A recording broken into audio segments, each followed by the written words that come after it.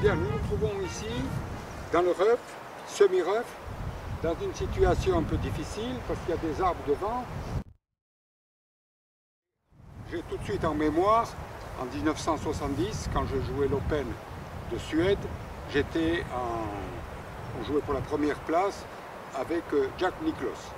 Et au 18, j'ai mis mon drive sur la droite, 2 mètres à peu près dans le rough, et j'avais une décision très importante à prendre, c'est-à-dire que où je jouais un fer 7 et je me remettais sur le parcours, ou alors il fallait que je joue un fer plus puissant, le fer 4, dans l'herbe un peu épaisse, ce qui était plus difficile, mais j'avais une chance d'aller sur le green.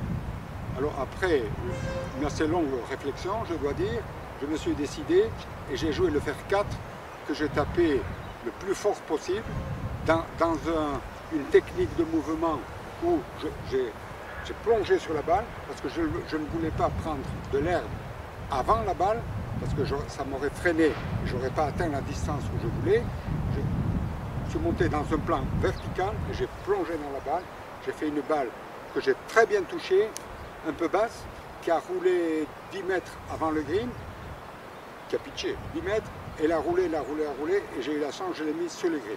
Et ce coup m'a permis ensuite, avec 2 putts, de remporter la victoire.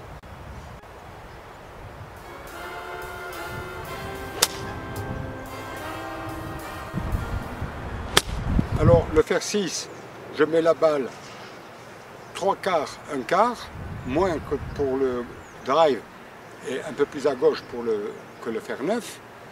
Et avec ce club, je fais à peu près 140 mètres.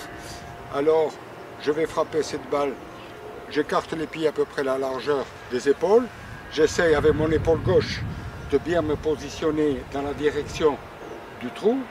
Et ensuite, je fais mon mouvement sans trop penser à ce que je vais faire. Le tout, c'est de se détendre et essayer de frapper la balle. Le but, c'est de bien, en cadence, de bien accélérer et de finir le mouvement. Donc, pas trop penser, voir ce que je suis capable de faire et le mettre en exécution.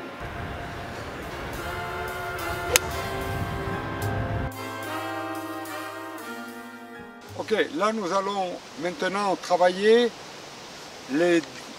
entre 50 et 70, 80 mètres du drapeau.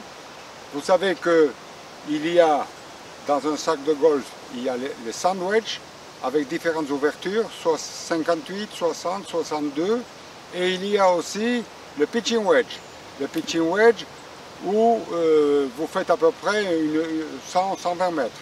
Mais entre le sandwich et le pitching wedge, il y a 40 mètres à peu près qu'il faut combler par un club intermédiaire, c'est-à-dire un 50 degrés. Le 50 degrés, vous le jouez comme un coup normal, mais vous faites une distance moindre parce que la face est quand même assez inclinée.